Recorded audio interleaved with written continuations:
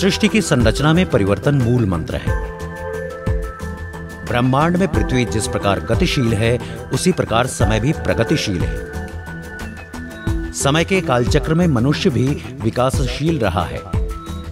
अपने बुनियादी सुविधाओं में नए प्रयोगों के माध्यम से बदलाव करता रहा है। जीवन शैली सरल करने का प्रयास करता रहा है।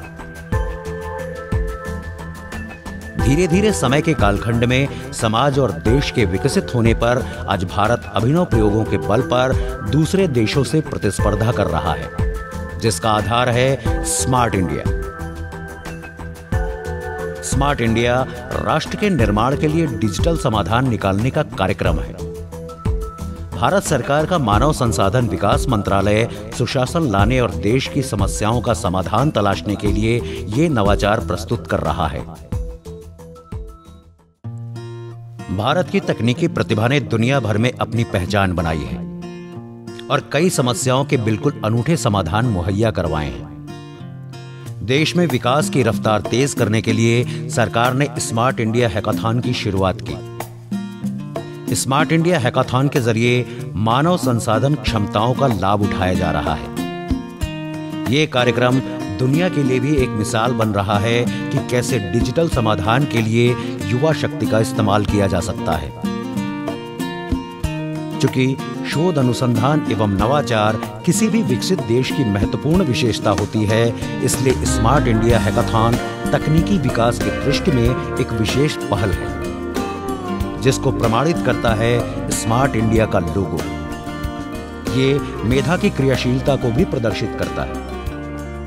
जिस तरह से हमारा ब्रेन सोचता है, तो हम किसी लैंग्वेज के द्वारा, कोई मैथमेटिक्स के द्वारा क्योंकि मैथमेटिक्स जो है सो गॉड का लैंग्वेज बोला जाता है, और इसी लैंग्वेज में गॉड हम लोगों को इंस्ट्रक्शन देते हैं और हम लोग उस इंस्ट्रक्शन को निकाल के उसको कॉपी करने की कोशिश करते हैं।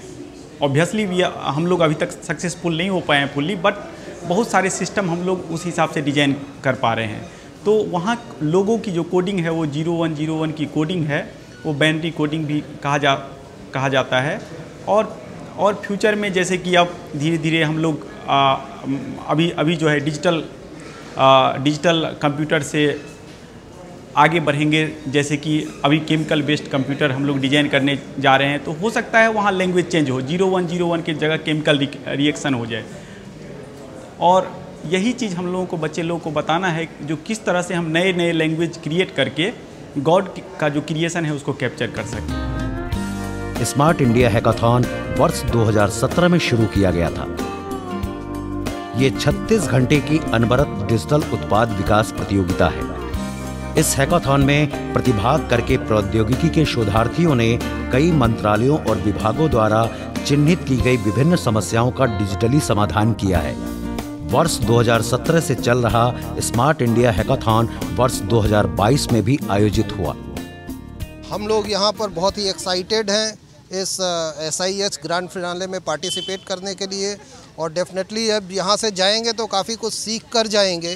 जो ये स्मार्ट इंडिया हैकाथॉन एक कंपटीशन है, ये प्रधानमंत्री जी का एक बहुत अच्छा इनिशिएटिव है। उसी को मद्देनजर रखते हुए हम लोग यहाँ पे 6 बच्चों की टीम के साथ में आए हैं। हम लोग यहाँ पे एक AICT की एप्लीकेशन हम लोग बना रहे हैं यहाँ पे, और यहाँ पे अभी आज 30 टीम यहाँ पे आई हैं अलग अलग भारत के हिस्से से, जो यहाँ पार्टिसिपेट कर रहे हैं। हर एक टीम में मेंटर्स हैं, 1-1, 2-2 आए हैं, जो अपनी टीम को गाइड कर रहे हैं कि किस तरह से बच्चों को काम करना है। प्रधानमंत्री श्री नरेंद्र मोदी की पहल पर आरंभ की गई स्मार्ट इंडिया हैकाथॉन अपने प्रत्येक आयोजन पर नित नए आयाम स्थापित कर रहा है। स्मार्ट इंडिया हैकाथॉन एक राष्ट्रव्यापी पहल है। इसे दुनिया का सबसे बड़ा ओपन नवाचार प्लेटफॉर्म माना जाता है। वर्ष 2022 में आयोजित 5वां स्मार्ट इंडिया हैकाथॉन देश के अन्य शहरों के साथ साथ विश्व की धार्मिक, आध्यात्मिक एवं प्राचीनतम नगरी वाराणसी में भी आयोजित हुआ। ये आयोजन राष्ट्रीय महत्व का दर्जा प्राप्त महामना मदन मोहन मालवीय द्वारा स्थापित बनारस हिंदू विश्वविद्यालय के IIT प्रांगण में हुआ, जिसे smart India hackathon software edition कहा गया। इस 2 दिवसीय हैकाथॉन में विभिन्न सत्र आयोजित किए गए। IIT BHU Varanasi smart India hackathon के ग्रैंड फिनाले को होस्ट कर रहा है। IIT BHU में 30 टीम्स जो है वो यहाँ पे आई हुई है, जिसमें लगभग 192 पार्टिसिपेंट्स हैं पूरे इंडिया से, और हम 5 प्रॉब्लम स्टेटमेंट में यहाँ ग्रैंड फिनाले को कंपटीशन करा रहे हैं। और 5 प्रॉब्लम स्टेटमेंट जो AICTE ने आइडेंटिफाई किया है उसकी सॉल्यूशंस हमारे पार्टिसिपेंट्स खोजेंगे। और ये 36 आवर्स का कंटिन्यूअस हैकाथॉन है। उसके बाद से और डिफरेंट स्टेजेस पे इनकी इवैल्यूएशन होगी, और जो उनमें 5 प्रॉब्लम स्टेटमेंट्स में जो विनर्स होंगे उनके लिए प्राइज अनाउंस की जाएगी। स्मार्ट इंडिया हैकाथॉन का मुख्य उद्देश्य ऐसे तकनीक का विकास करना है जिससे मानवीय जीवन में आने वाली समस्याओं का समाधान किया जा सके। साथ ही संसाधनों का वितरण योग्य लाभ लाभार्थियों को दिया जा सके। इस हेतु समस्या की स्पष्ट पहचान कर परिष्कृत एवं कम आंकड़ों के आधार पर मूल समस्या का निवारण करने का प्रयास इस हैकाथॉन के जरिए किया जाता है। विशेषतः 5 क्षेत्रों रक्षा, स्वास्थ्य सेवा, कम्युनिकेशन, पावर, सड़क और परिवहन पर विशेष जोर दिया जाता है।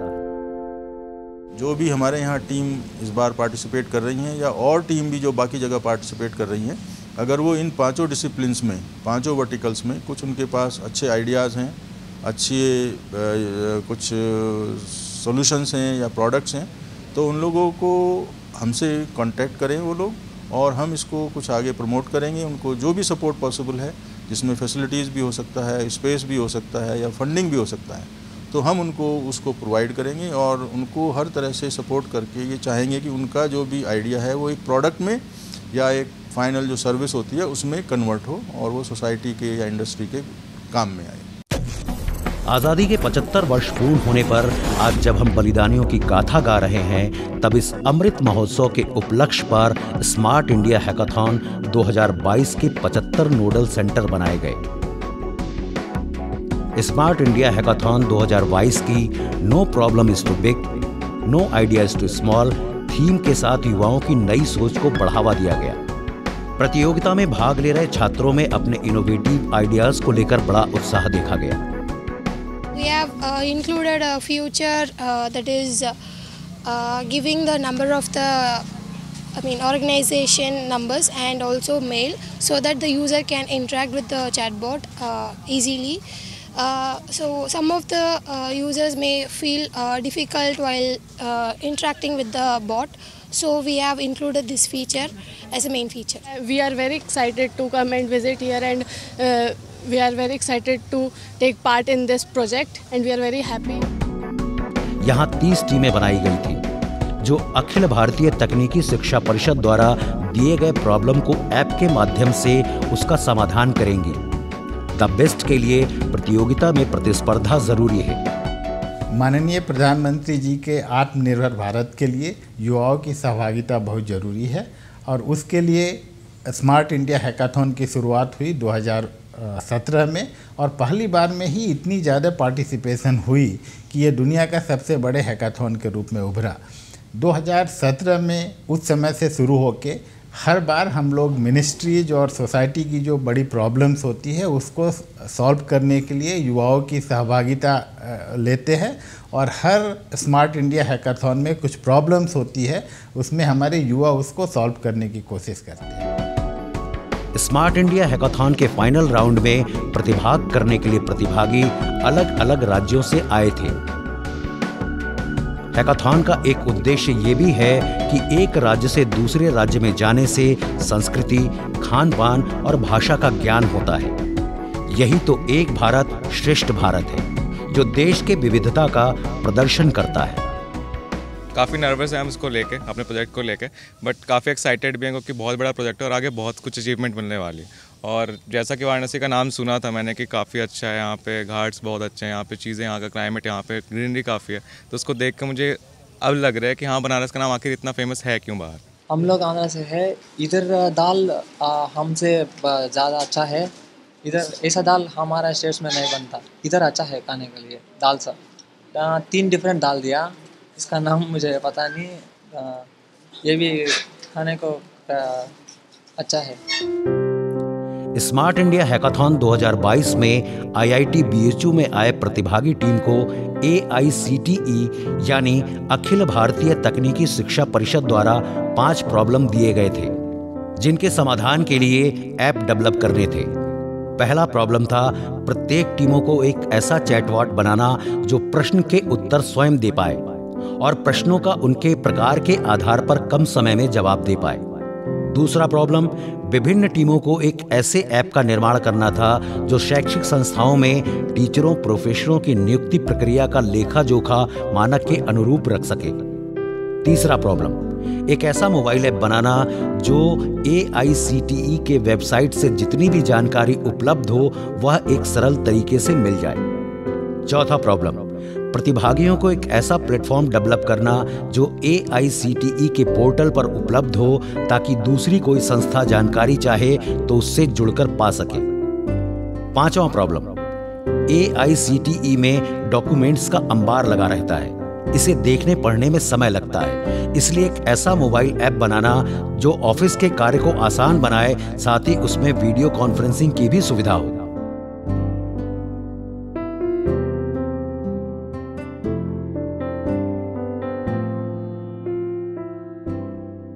All India council of technical education 6 crore से ज़्यादा डॉक्यूमेंट प्रोसेस करती है, जो वो काम वहाँ ऑफिस में बैठे लोग करते हैं।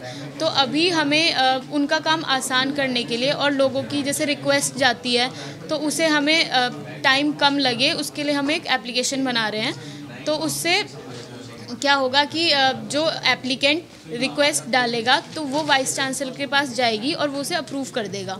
तो जो काम मैनुअली हो रहा है वहाँ पर ऑफिस में बैठ के, वो ऐप से हमारा काम आसान हो जाएगा।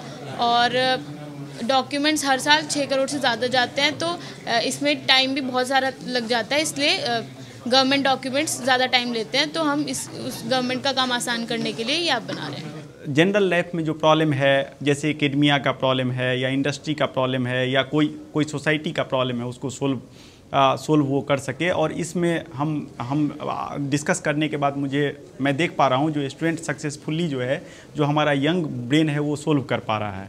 और मैं होप कर रहा हूँ जो इनकमिंग 10 ईयर्स में हम लोग टेक्नोलॉजी के फ्रंट पे सेल्फ डिपेंडेंट हो जाएंगे।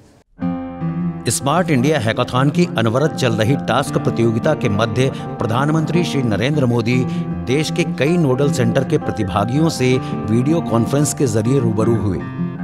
बातचीत के दौरान प्रधानमंत्री ने टेक्नोक्रेट्स का उत्साहवर्धन भी किया।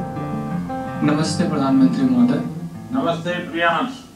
अच्छा, दीघापुर सेंटर पर आप एक सिस्टम बना रहे हैं, ऐसा मुझे बताया गया, जिसमें पुलिस रेडियो सेट पर ही मल्टीमीडिया डेटा ट्रांसफर हो जाएगा। ऐसा हुआ तो पुलिस जांच में एक नया आयाम जुड़ेगा। आप लोग कैसे इस पर काम कर रहे हैं, जरा समझाइए। जी sir, it would be an honor to share our project with you. I'm Priyansh Diwan from Team Server and we are from VIT Bhopal University. Our problem statement was given by Police Department to enable transmission of multimedia data, that is images and videos, through radio waves. As we know that there are lakhs of radio handsets currently deployed in the field, but the limitation to them is that they only enable voice through that voice transmission. Most of the images and videos transmitted by police institution are done on foreign third-party applications, with comes their own security and privacy issues. Also, neither these apps are made nor their server are maintained indigenously.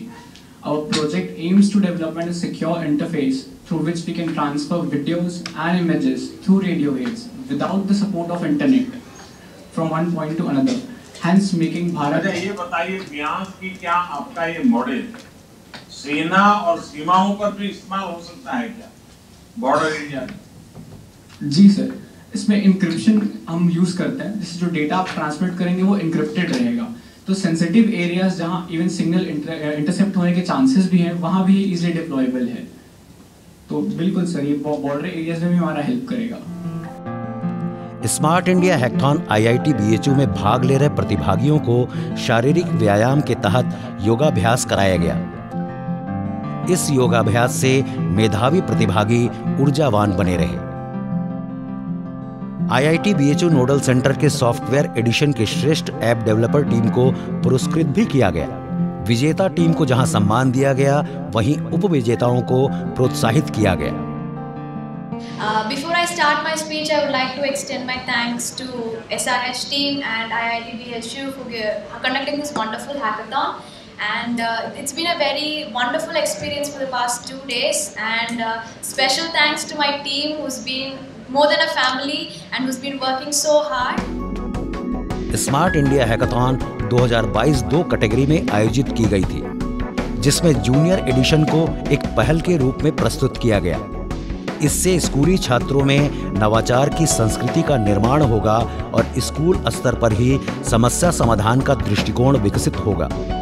Junior category के विजेताओं को पुरस्कृत कर उनका आत्मविश्वास बढ़ाया गया।